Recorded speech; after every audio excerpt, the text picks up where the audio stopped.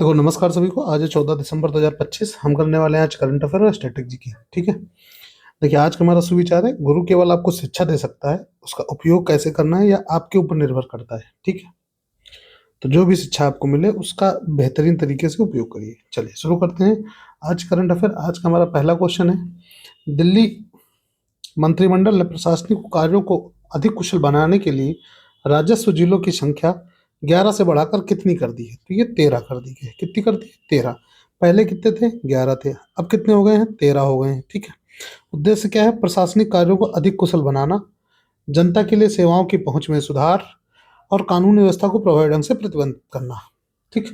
देखो, कानून को बेहतर तरीके से लागू करना, ठीक है, प्रशासनिक कार्यों को अधिक कुशल बनाना और जनता के लिए सेवाओं की पहुंच में सुधार करना। ठीक है, ये इसका उद्देश्य रहा है। कितने हो गए हैं? पहले 11 राजस्व जिले थे, अब 13 हो गए हैं। ठीक है। अगला क्वेश्चन हमारा, राष्ट्रीय अपराध रिकॉर्ड ब्यूरो एनसीआरबी के अनुसार देश में विद्यार्थियों की आत्महत्या की दर प्रतिदिन लगभग 38 है, जो पिछले 12 वर्षों में लगभग कितने प्रतिशत बढ़ी है? तो ये 65% बढ़ी है। कितनी बढ़ी है? 65%। पिछले 12 वर्षों में 65% बढ़ी है। एनसीआरबी क्या है? यह भारत सरकार की एजेंसी है जो अपराध डेटा एकत्र करती है। ठीक है। कुल मिला के अपराध का रिकॉर्ड इसके पास होता है। ठीक है। महत्व क्या है?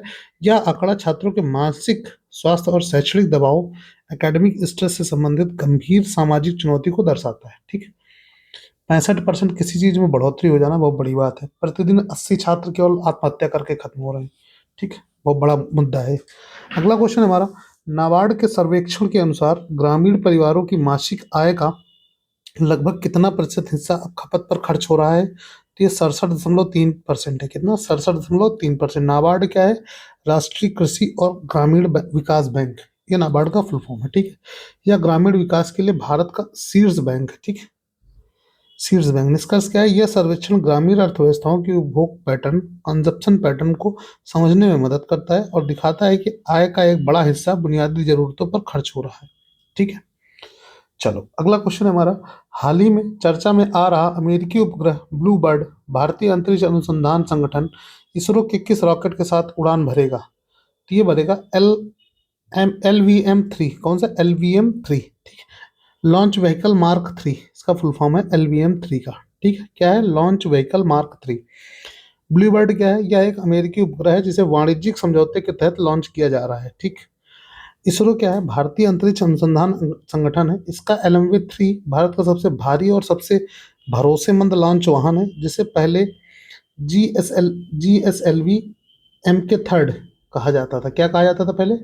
GSLV-MK3 कहा जाता था। ठीक है। अब उसको क्या कहा जा रहा है? LVM-3 कहा जा रहा है। ठीक है। Launch vehicle mark 3। तो कौन सा अमेरिकी उपग्रह होगा? ब्लू बर्ड होगा। कौन सा? ब्लू बर्ड होगा। ठीक है। किस लॉन्चर से लॉन्च किया जाएगा? तो ये LVM-3 से किया जाएगा। किससे? LVM-3 से। ठीक है।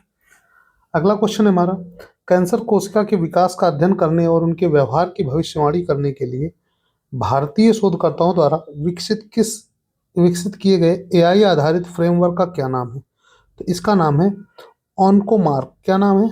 ऑन्कोमार्क। ठीक। किस लिए किया गया है? कि AI आधारित कैंसर कोशिका के अध्ययन करने के लिए किया गया है। ठीक है। उद्देश्य क्या है इसका? आर्टिफिशियल इंटेलिजेंस AI का उपयोग करके कैंसर कोशिकाओं के व्यवहार की सटीक भविष्यवाणी करना। ठीक। इसका उद्देश्य है। लाभ क्या है? यह डॉक्टरों को व्यक्तिगत उपचार योजनाएं जैसे पर्सनलाइज्ड ट्रीटमेंट प्लान्स विकसित करने में मदद करेगा, जिससे कैंसर चिकित्सा की प्रभावशीलता बढ़ेगी। ठीक है। चलो अगला क्वेश्चन है हमारा, ताइक्वांडो खिलाड़ी रूपा बायर नवीनतम विश्व रैंकिंग में 8वें स्थान पर पहुंचने वाली भारत की पहली महिला ताइक्वांडो खिलाड़ी बनी है। वह किस भारतीय राज्य से संबंधित है? तो वो है अरुणाचल प्रदेश की। कहाँ की है वो? अरुणाचल प्रदेश की। ठीक है। क्या नाम है? रूपा बायर। रूपा बायर। कहाँ की है? अरुणाचल प्रदेश की है। महत्व क्या है? विश्व रैंकिंग में 8वें स्थान पर पहुंचना अंतर्राष्ट्रीय ताइक्वांडो में भारत की बढ़ती उपस्थिति को दर्शाता है। ठीक है। अगला क्वेश्चन है हमारा, महिला और पुरुष वर्ग में किन दो क्रिकेट खिलाड़ियों के नाम पर न्यू चंडीगढ़ स्थित महाराजा यादविंद्र सिंह अंतर्राष्ट्रीय क्रिकेट स्टेडियम में स्टैंड्स का अनावरण किया गया है? तो ये किया गया है युवराज सिंह और हरमनप्रीत कौर। ठीक। युवराज सिंह और हरमनप्रीत कौर। कहाँ पे? न्यू चंडीगढ़ में। कौन सा स्टेडियम था? महाराजा यादविंद्र यादविंद्र सिंह अंतर्राष्ट्रीय क्रिकेट स्टेडियम में। ठीक, 2 स्टैंड्स का अनावरण हुआ है, जिसमें से एक युवराज सिंह के नाम पे और एक हरमनप्रीत कौर के नाम पे।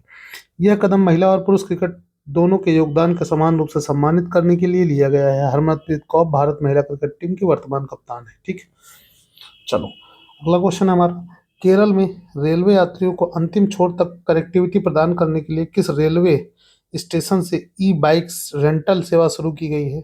ये की गई है कोझिकोड रेलवे स्टेशन केरल से। कहाँ से? कोझिकोड रेलवे स्टेशन केरल से। ठीक, यह रेलवे यात्रियों को उनके गंतव्य तक पहुंचने के लिए पर्यावरण के अनुकूल, इको फ्रेंडली और सुविधाजनक अंतिम छोर कनेक्टिविटी, लास्ट माइल कनेक्टिविटी प्रदान करना है। ठीक, इसका उद्देश्य लास्ट माइल कनेक्टिविटी प्रदान करना है। अगला क्वेश्चन है हमारा, राष्ट्रीय सतत तटीय प्रबंधन केंद्र की तीसरी आम सभा बैठक कहाँ पर आयोजित की गई है? तो ये नई दिल्ली में की गई है। कहाँ पे की गई है? नई दिल्ली में। उद्देश्य क्या है? भारत के तटीय क्षेत्रों के संरक्षण और सतत विकास से संबंधित नीतियां, कार्यक्रम और अनुसंधान पर चर्चा करना है। ठीक है, चलो अगला क्वेश्चन है हमारा, राष्ट्रपति द्रौपदी मुर्मू ने मणिपुर की राजधानी इम्फाल में नीपूलाल स्मृति परिसर का दौरा किया। नीपूलाल का संबंध किस घटना से है? ठीक, तो देखो, ब्रिटिश औपनिवेशक नीतियों का विरोध करने वाले 2 महिला नेतृत्व वाले विद्रोह 1904 और 1939 से है। ठीक, नीपूलाल का अर्थ महिला युद्ध, वुमेन्स वार है। कहाँ की है? इम्फाल मणिपुर का है। कहाँ का मैटर है? इम्फाल मणिपुर का। यह विद्रोह मणिपुर के इतिहास में महिलाओं की बहादुरी और ब्रिटिश शासन के खिलाफ उनके संघर्ष का प्रतीक है। ठीक, चलो अगला क्वेश्चन हमारा, केरल का 30वां अंतर्राष्ट्रीय फिल्म महोत्सव कहाँ पर आयोजित किया जा रहा है? तो ये किया जा रहा है तिरुवनंतपुरम में। ठीक, कौन सा है? 30वां है। फिल्म महोत्सव तिरुवनंतपुरम में मनाया जा रहा है। ठीक, international film festival of Kerala, यह भारत के सबसे प्रतिष्ठित फिल्म समारोह में से एक है और अंतर्राष्ट्रीय सिनेमा को बढ़ावा देता है। अगला क्वेश्चन हमारा, भारत और किस देश ने संयुक्त रूप से इस्पात और सीमेंट क्षेत्रों में कार्बन उत्सर्जन को कम करने के लिए 7 सहयोगात्मक डिकार्बोनाइजेशन परियोजनाओं का शुभारंभ किया है? ये स्वीडन ने किया है। किसने? भारत और स्वीडन ने मिलकर। ठीक, परियोजना कौन सी? इस्पात और सीमेंट क्षेत्रों में कार्बन उत्सर्जन को कम करने के लिए 7 सहयोगात्मक परियोजनाएं। उद्देश्य, यह साझेदारी हरित प्रौद्योगिकियों, ग्रीन टेक्नोलॉजीज को बढ़ावा देगी और भारत के जलवायु लक्ष्यों को प्राप्त करने में मदद करेगी। ठीक है, किसके साथ समझौता है? स्वीडन के साथ में। अगला क्वेश्चन हमारा, FIH पुरुष जूनियर हॉकी विश्व कप 2025 का खिताब किस देश ने जीता है? तो ये जीता है जर्मनी ने। किसने जीता? जर्मनी ने।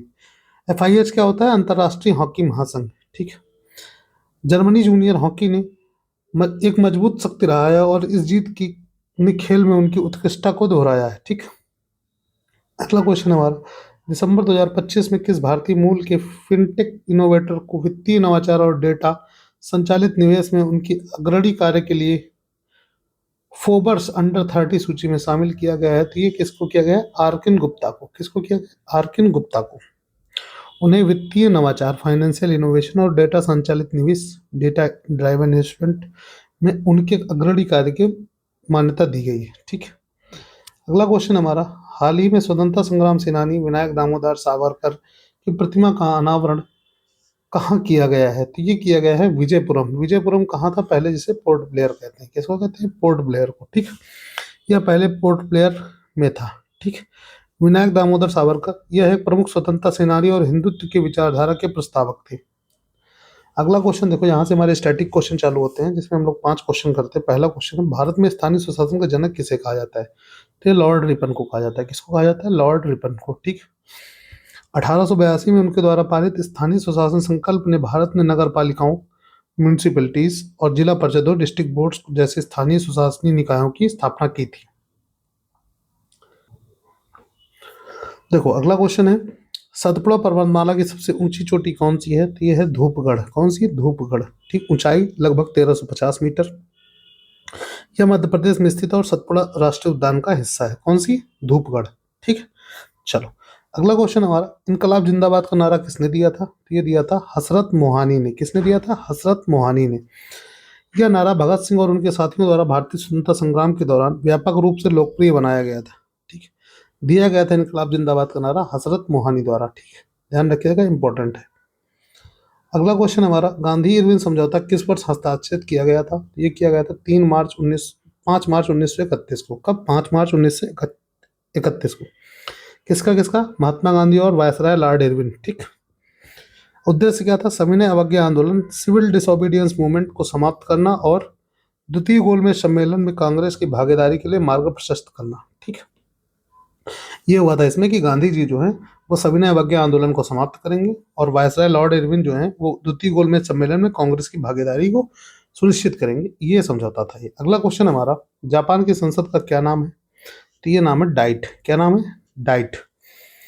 इसे नेशनल डाइट भी कहा जाता है। विशेषता, जापान की डाइट में 2 सदन होते हैं, प्रतिनिधि सदन हाउस ऑफ रिप्रेजेंटेटिव्स और एक पार्षद सभा हाउस ऑफ काउंसलर्स। ठीक, 2 सभा होते हैं। ऐसे हमारे यहाँ कितने होते हैं आपको कमेंट करना है। ठीक है, हमारी संसद को क्या कहते हैं